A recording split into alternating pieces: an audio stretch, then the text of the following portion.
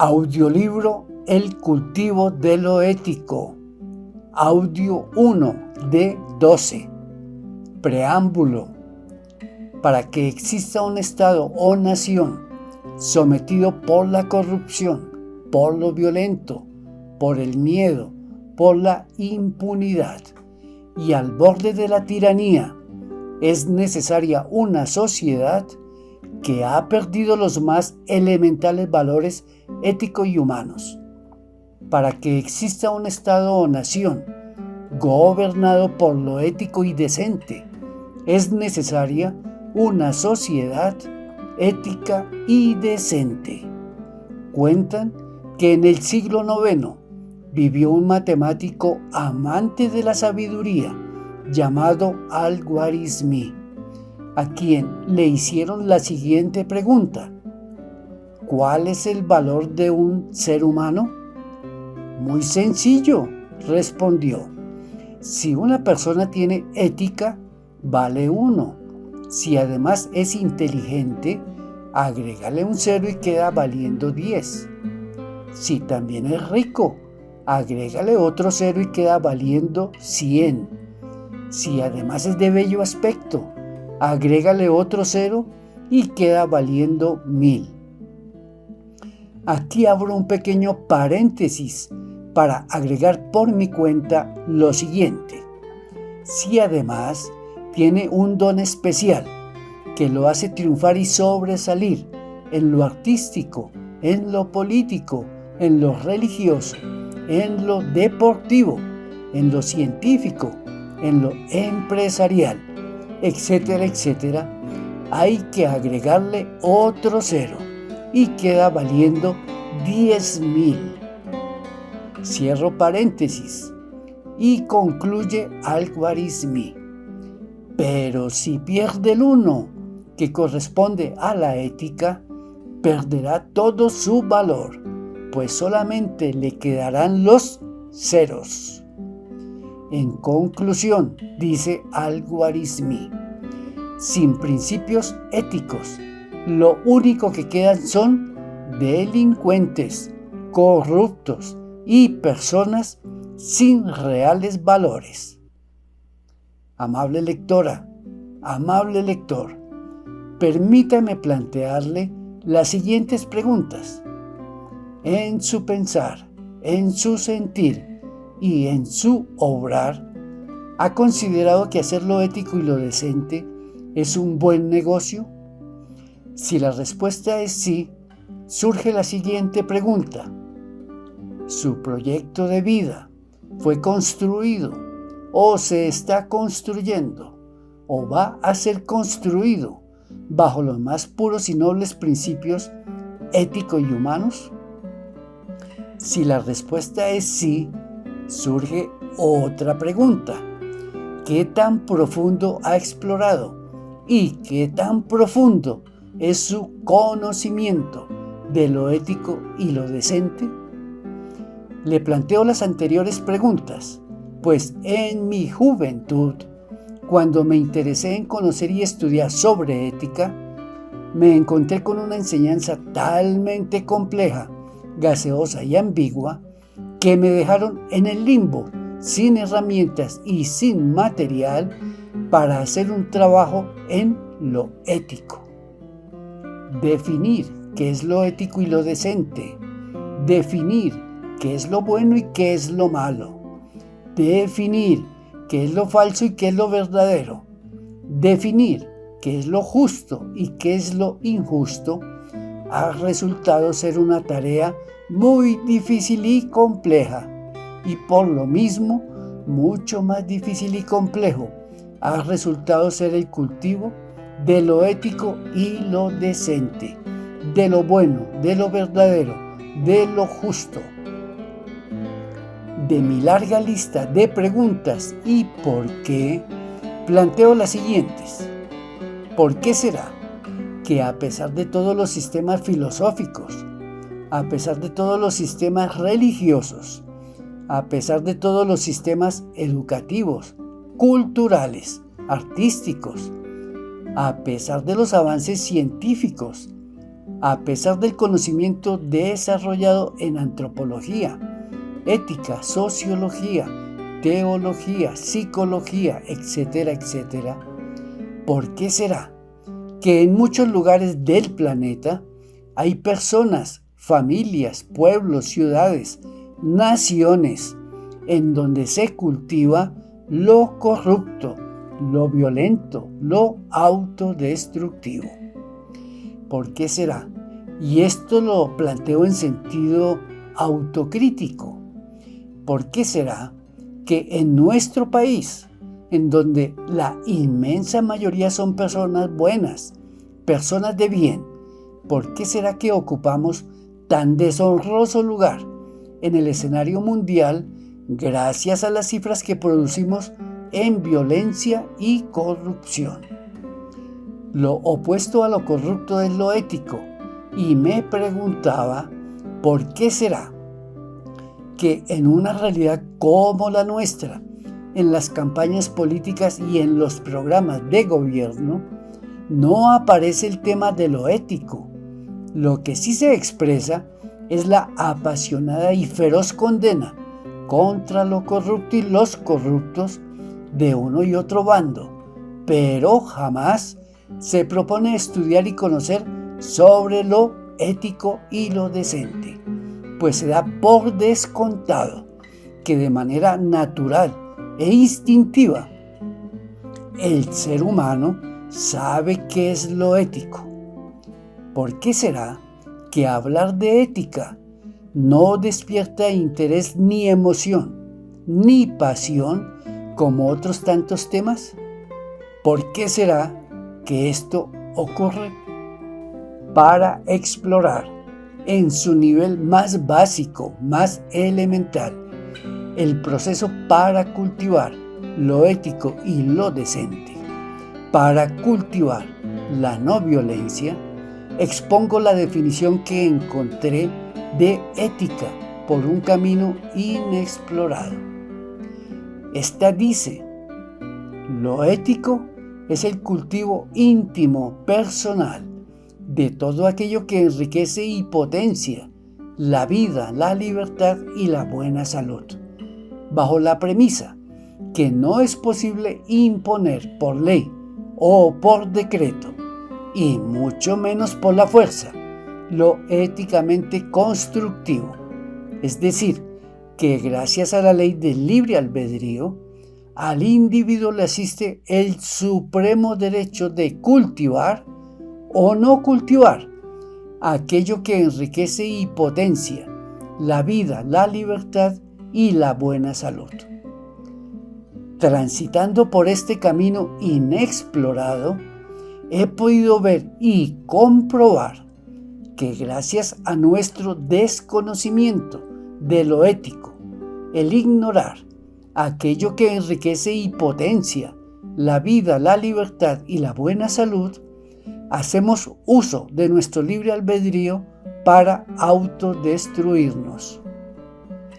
La depresión, el estrés, el miedo, la violencia intrafamiliar, la violencia social, la violencia sexual y todo aquello que va en contra de la vida, de la libertad y de la buena salud física, mental, psicológica, son el resultado de prácticas corruptas inconscientes que corrompen estos valores fundamentales: el amor, el respeto, la armonía, la paz, la justicia y todo lo bello de la vida se alimenta del cultivo más enriquecedor que existe, el titánico cultivo de lo ético y lo decente. Para hacer una aproximación a aquello que enriquece y potencia la vida, la libertad y la buena salud, resulta menos complejo exponer primero a aquello que es opuesto a estos valores fundamentales.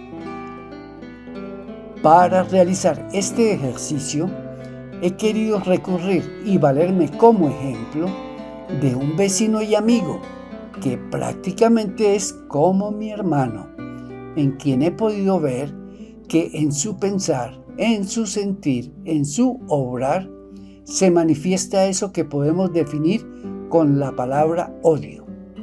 La pregunta es, ¿el odio enriquece y potencia la vida, la libertad y la buena salud?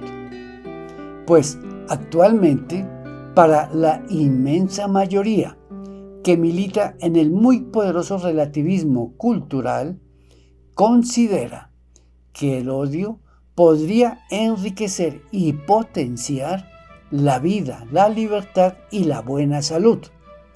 Que el odio de aquel individuo que calificamos como bueno es bueno. Que el odio malo es el de los malos. Solo para una inmensa minoría resulta obvio y evidente que no. Por el contrario, el odio y todo lo corrupto, venga de los buenos o de los malos, corrompe y destruye estos valores en el individuo y por lógica extensión en su propia familia y en la sociedad humana. En la remota antigüedad existió un personaje llamado el Aguafiestas, quien dijo: en una sociedad al borde de la tiranía, quienes se rasgan las vestiduras por el avasallador poder de lo corrupto, de lo violento, de lo autodestructivo, solo uno de 100,000 tiene interés por explorar, investigar, estudiar y conocer sobre lo ético. Aquí hago un pequeño paréntesis para mencionar aquello que dijera Nikola Tesla sobre el odio. Él dice, abro comillas, si el odio se pudiera transformar en energía eléctrica, se podría alumbrar todo el planeta. Cierro comillas. Esta es una cruda y evidente realidad. En estas condiciones, y gracias a las justificaciones, a mi amigo no le faltan los motivos y las justificaciones para odiar. Además, he podido ver que el odio de mi amigo está acompañado y rodeado de numerosos parientes y amigos que se apoyan mutuamente. A manera de ejemplo, menciono los nombres con los que se les conoce a algunos de ellos. Por ejemplo, ira, envidia, calumnia, mentira, intolerancia, resentimiento, violencia, venganza, rencor, impiedad, inmisericordia, orgullo, soberbia, impaciencia, autosuficiencia, prepotencia, petulancia, arrogancia, autosimpatía, autoimportancia, engreimiento, pereza, flojera, mediocridad, ineficiencia, mala voluntad, irresponsabilidad, vanidad, fatuidad, robo, codicia, mezquindad, tiranía, avaricia, celos, drogadicción, alcoholismo, tabaquismo, gula, prácticas sexuales corruptas autodestructivas, prácticas sexuales criminales, miedos, cinismo, complejos, tristeza, melancolía, aburrimiento, frustración, estrés, idolatría, fanatismo, racismo, xenofobia, totalitarismo, nacionalismo, perversidad. Y esto es tan solo la punta del iceberg. La pregunta es, ¿por qué será que a pesar de todas las filosofías, a pesar de todas las religiones, de todos los sistemas educativos, sociológicos, éticos, morales, psicológicos, teológicos, artísticos, culturales, mi amigo prefiere y se sienta feliz cultivando todo aquello cuyos frutos son el dolor, pobreza, enfermedad, miseria, inequidad, conflicto, violencia, infelicidad, degradación, ignorancia, etcétera, etcétera. El sistema educativo y religioso, la ética y la moral se fundamentan en que todos aquellos elementos de tipo psicológico antes mencionados son parte connatural, intrínseca de la naturaleza de nosotros los seres humanos. Se dice, los seres humanos somos así. De esta manera justificamos y defendemos toda nuestra patología psicológica. Fundamentados en este dogma, se nos enseña que hay que aprender a manejarlos, a controlarlos, a moderarlos, a reprimirlos, a dominarlos, a pulirlos, a educarlos, a gestionarlos. La enseñanza en este campo está fundamentada sobre todo en los buenos consejos, en frases o máximas de oro, en desarrollar y potenciar prácticas cosmetológicas que nos enseña a esconder, a tapar, a ocultar, a amarrar, a disimular, a aparentar, a juzgar, a condenar, a repudiar, a reprimir, a no mirar, a mirar para otro lado. Nos enseña a negar esta realidad. Todo esto con el propósito que seamos buenos. Este camino cosmetológico en realidad conduce a potenciar la hipocresía y los valores que van en contra de la vida, la libertad y la buena salud. La moral y la ética con la que se ha construido esta enseñanza les fija un límite a estos elementos psicológicos para poder estar en el rango de los buenos. Quien supere ese límite pasa a ser del grupo de los malos y recibirá su correspondiente castigo, de acuerdo a la ley. Este castigo se define según el grado de indignación, de repudio y sentimiento de venganza que despierte la falta. El cultivo de lo ético y lo decente, o más exactamente, el cultivo de todo aquello que enriquece y potencia la vida, la libertad y la buena salud, para dar sus frutos, requiere de mucho trabajo, de una voluntad en grado de superar las más difíciles y duras pruebas. Al contrario, lo corrupto, lo autodestructivo, lo violento, no requiere de ningún esfuerzo. Este nace, crece, se fortalece y prolifera natural y espontáneamente, como la mala hierba, en aquel individuo, en aquella sociedad que no trabaja de manera consciente y voluntaria en el cultivo de todo aquello que enriquece y potencia la vida, la libertad y la buena salud.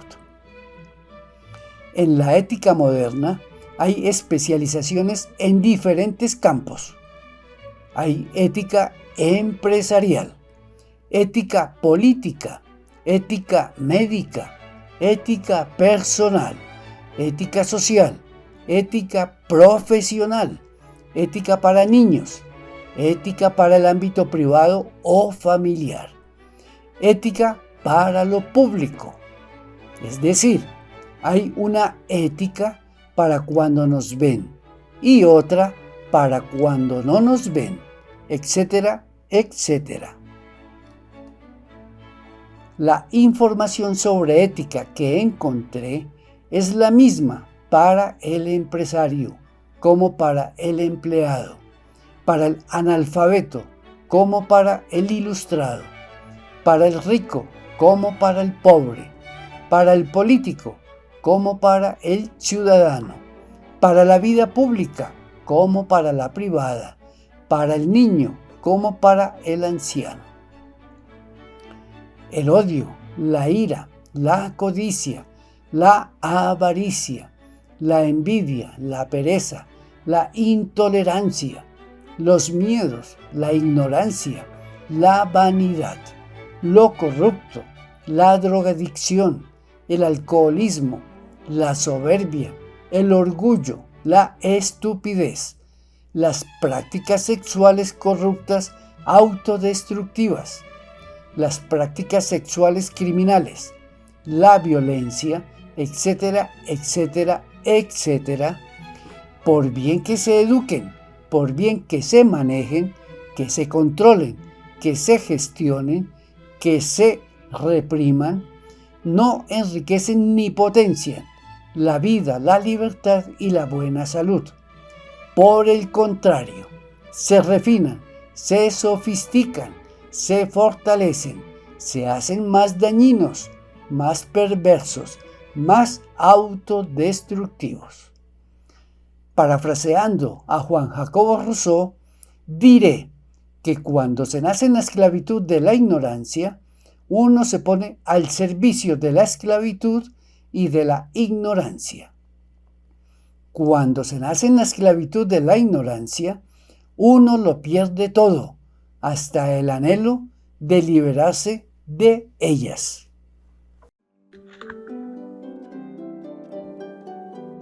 Antes de continuar con mi testimonio, quisiera presentarle a mi vecino y amigo, que prácticamente es como mi hermano, en quien he podido ver los elementos psicológicos ya mencionados. Es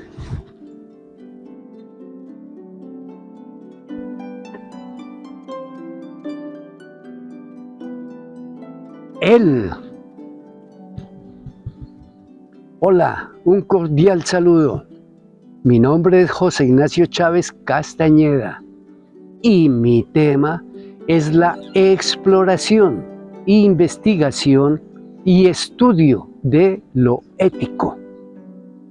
Transitando por este camino, encontré y comprobé que gracias a mi desconocimiento de lo ético, de todo aquello que enriquece y potencia la vida, la libertad y la buena salud, hice uso de mi libre albedrío en prácticas y comportamientos inconscientes, autodestructivos.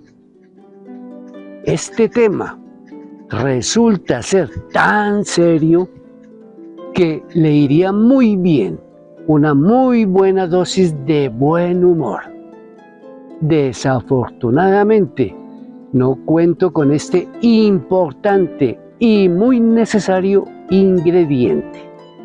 Sin embargo, y a pesar que lo expuesto en esta síntesis es políticamente incorrecto, mi propósito es hacer lo más digerible posible esta receta para el cultivo de lo ético y lo decente, que espero le sea útil y que la disfrute. También encontré y comprobé que para proteger a la sociedad de los corruptos, de lo corrupto, de lo violento, de lo destructivo, que es lo opuesto a lo ético y lo decente, se requiere de un armamento infinitamente más poderoso que la feroz indignación, que la feroz sed de venganza, que el feroz repudio, que el feroz rechazo, que la feroz crítica ácida y venenosa. Se requiere no caer en la tibia, alcahueta, débil, cómplice y cobarde posición conciliadora de abrazarse fraternal e impunemente con el criminal y desde luego mucho menos caer en la feroz violencia. Encontré y comprobé que las instituciones de justicia, las normas y leyes contenidas en los códigos, por estar permeadas por lo corrupto, no están en grado de aportar para sanar de este cáncer a una sociedad.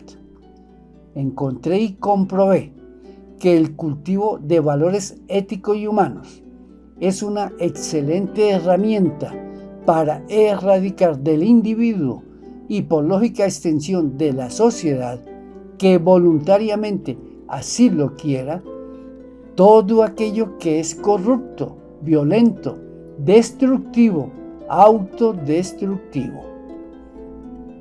También encontré, mas no lo he comprobado, que nos encontramos en el escenario ideal, en el mejor de los escenarios, en el momento más propicio para despertar nuestro interés personal, íntimo, por el cultivo de valores éticos y humanos, por el cultivo de la no violencia.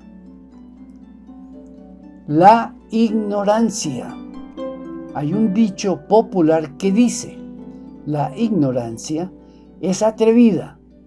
Cuando se nos califica de ignorantes, nos sentimos dolorosamente agredidos.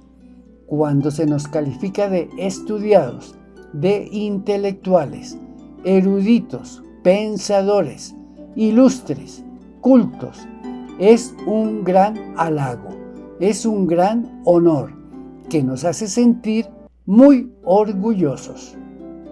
En relación con lo anterior, debo confesar que he podido ver cuán profunda es mi ignorancia sobre lo fundamental en la vida del ser humano.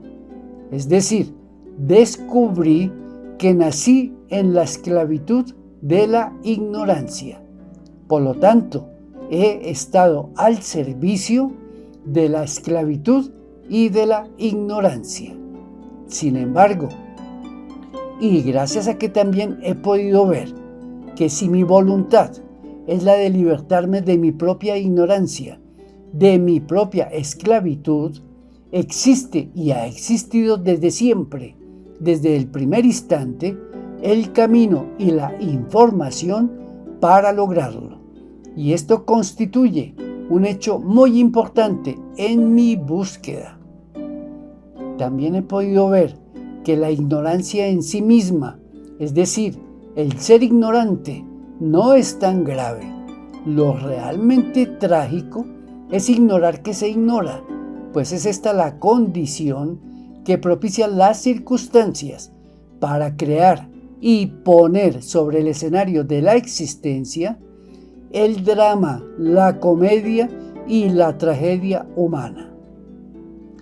Cuando se ignora que se es ignorante, es la fórmula que propicia las condiciones para que los más osados, los de mente abierta, los entre comillas evolucionados, los ídolos, los ciegos guías de ciegos, impongan, bien sea con la seducción o gracias al miedo o por la fuerza, en contra de la voluntad de las personas o con violencia y, de ser necesario, a sangre y fuego impongan su verdad. Esto con la complicidad de las multitudes idólatras, indiferentes, egoístas, cómplices inconscientes de lo corrupto, de lo violento, de lo autodestructivo. Ignorar que se ignora qué es lo ético nos lleva al conflicto, a no cumplir, a no respetar la ley del libre albedrío. Quien ignora que ignora se hace cómplice del delito, de lo corrupto, de lo autodestructivo, o destila veneno como respuesta ante aquello que está más allá de su entendimiento. Cuando ignoramos que ignoramos, se manifiesta en nosotros la indignación. Mas cuando nos indignamos, es porque no estamos en grado de aportar verdaderas y reales soluciones. La comprensión, la misericordia, la piedad, la compasión la generosidad, el altruismo, el respeto a la dignidad y a la vida humana, la felicidad, el amor, la libertad, son frutos de conocer y cultivar lo ético. Mas lo ético no se hace cómplice del delito, del error, de lo corrupto, no se hace alcahuete de los comportamientos que van en contra de la vida, de la libertad, de la buena salud. Lo ético tampoco se pone al mismo nivel bárbaro de la ignorancia. Las multitudes esperan cambios, piden cambios, y los políticos los ofrecen en todos los campos. Ofrecen cambios totales, cambios radicales, cambios mesiánicos, fundamentados en la ignorancia de sí mismos y por lógica extensión en la ignorancia de la condición del ser humano. ¿Cuál cambio está en grado de realizar aquel político con sus amigos y simpatizantes que, al igual que en mí, en su país interior habita lo corrupto, el odio, la ira, la violencia, la soberbia, la envidia, el resentimiento, la autosuficiencia, la vanidad, lo fatuo, la indecencia, la codicia, la avaricia, la sed de poder, la ignorancia, los ideales mesiánicos, las buenas intenciones, sinceras pero equivocadas, etcétera, etcétera. ¿Cuál cambio está en grado de realizar aquel político que encarna y representa lo más degradado de la sociedad y cuyo ideal es que todos los seres humanos seamos iguales? ¿Será que los más elaborados y bien intencionados proyectos políticos pueden hacer de mí un ser humano mejor y por extensión una sociedad mejor? Los ídolos tienen la convicción de lograrlo, y quien ha cultivado la idolatría pone toda su fe, su confianza y su esperanza en que un ídolo político o religioso le resolverá lo fundamental de su existencia. La moderna neurociencia dice que los seres humanos percibimos solo el 5% de los fenómenos inherentes a la vida, a la creación.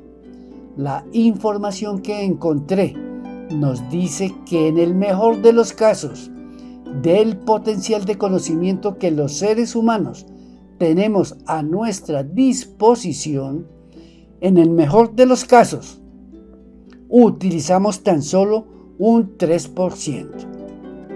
En este mismo sentido, nos dice el filósofo, poeta y humanista francés Victor Hugo lo siguiente, abro comillas: la humanidad se divide en dos grupos. Una parte niega lo que no conoce, la otra afirma lo que desconoce. Cierro comillas. Isaac Newton dice: lo que sabemos es una gota, lo que ignoramos es el océano. Albert Einstein dice: solo dos cosas son infinitas, el universo y la estupidez humana, y no estoy tan seguro de la primera. En relación con la estupidez del ser humano, son muchos los sabios, filósofos, místicos, que desde tiempos muy remotos nos lo han hecho saber. Platón y Sócrates, en su muy conocido llamado mito de la caverna, y que prefiero llamar la analogía de la caverna, retratan en esa metáfora la condición de nosotros los seres humanos.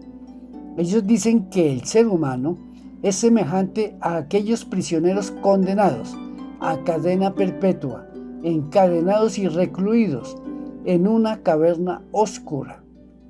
El hecho que la inmensa mayoría de nosotros los seres humanos utilizamos menos del 3% del potencial que está presente y latente en todo ser humano es lo que nos coloca en la condición de afirmar sin conocer aquello que afirmamos y negar desconociendo aquello que negamos.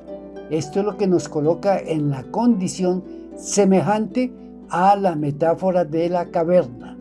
En esta condición, nuestro conocimiento y por lógica extensión, nuestra ciencia, nuestra vida, nuestra fe ciega en Dios, se fundamenta en las sombras y ecos que vemos y oímos dentro de nuestra propia caverna.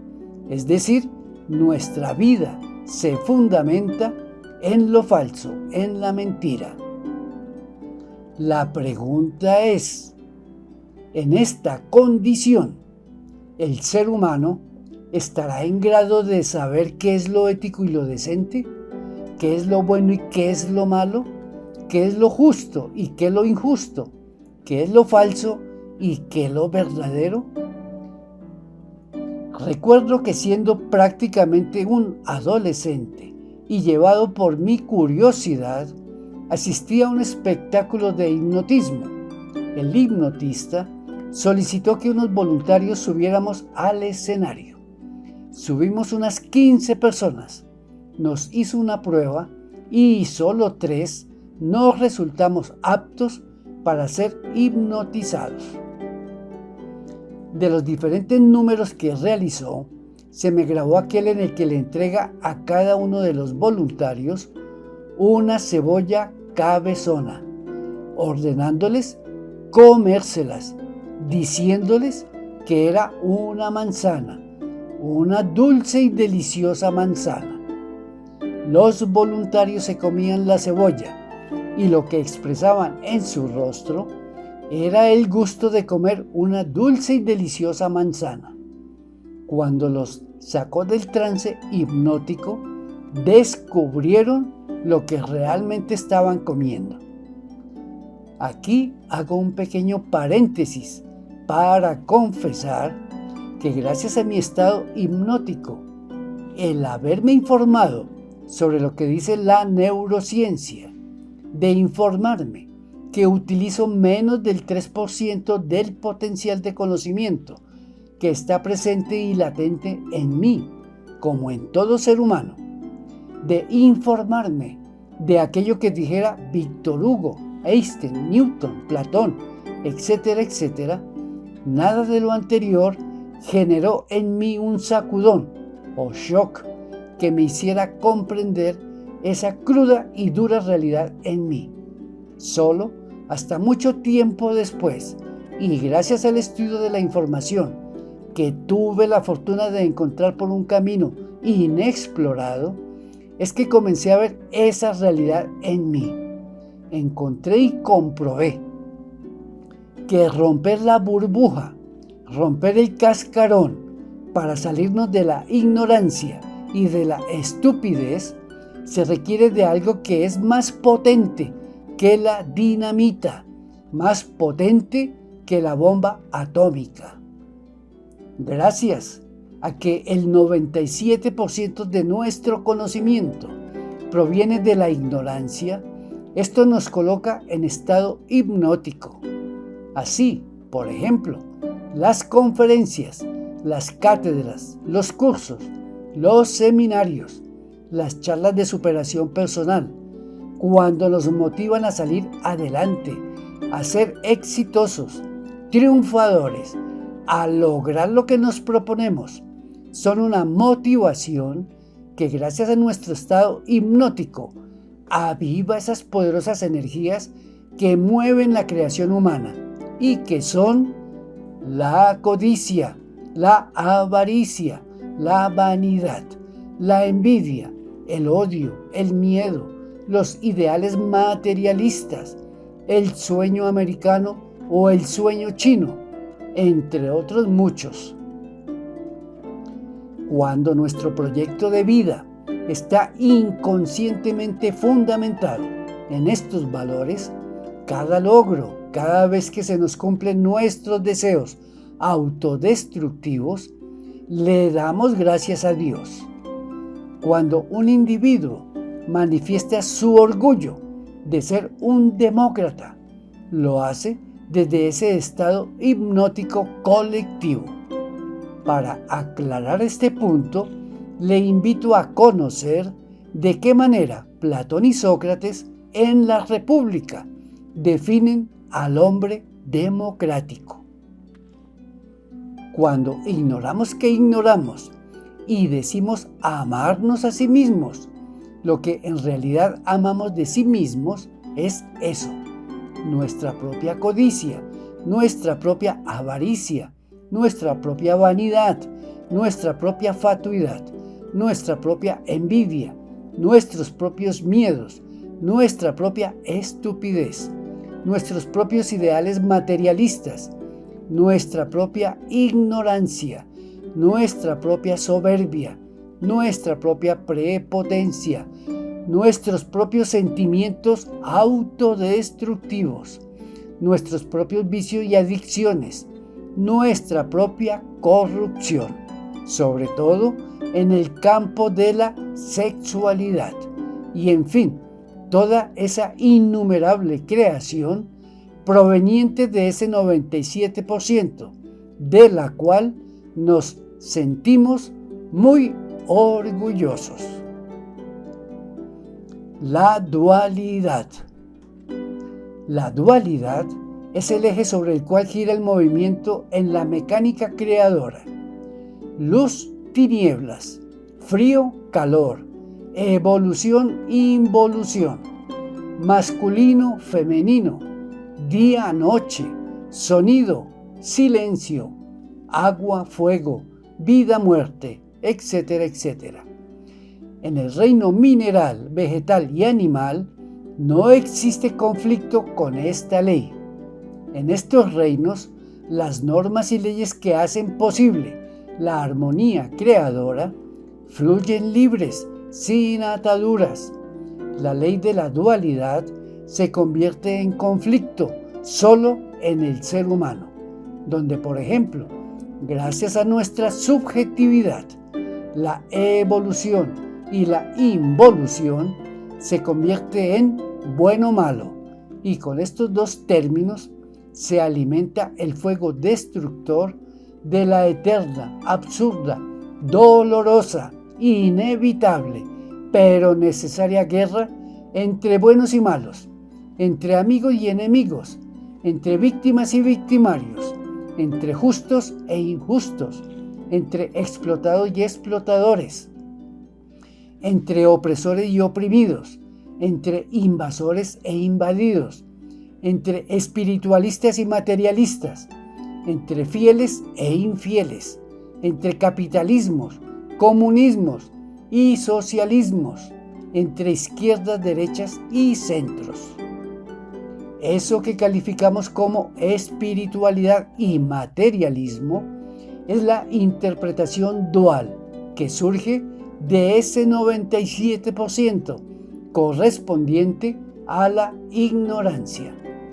Eso que llamamos amor y que no tiene nada que ver con el verdadero y real amor, surge de ese 97%.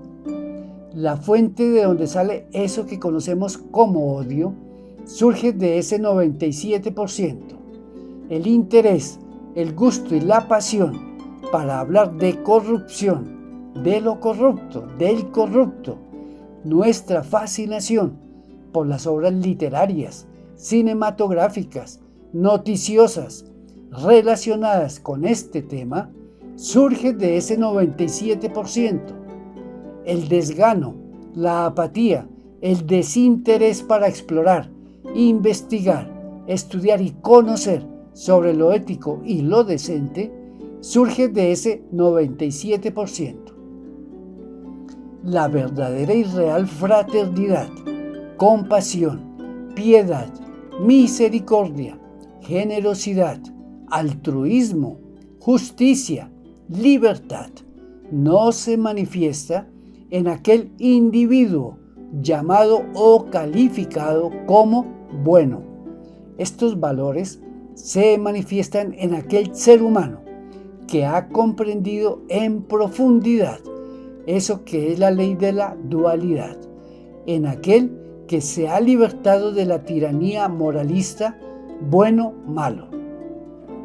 El filósofo alemán Friedrich Nietzsche dice, abro comillas, nuestra voluntad para conocer la verdad se erige sobre la base de una voluntad aún más potente, nuestra voluntad de no verdad. Cierro comillas.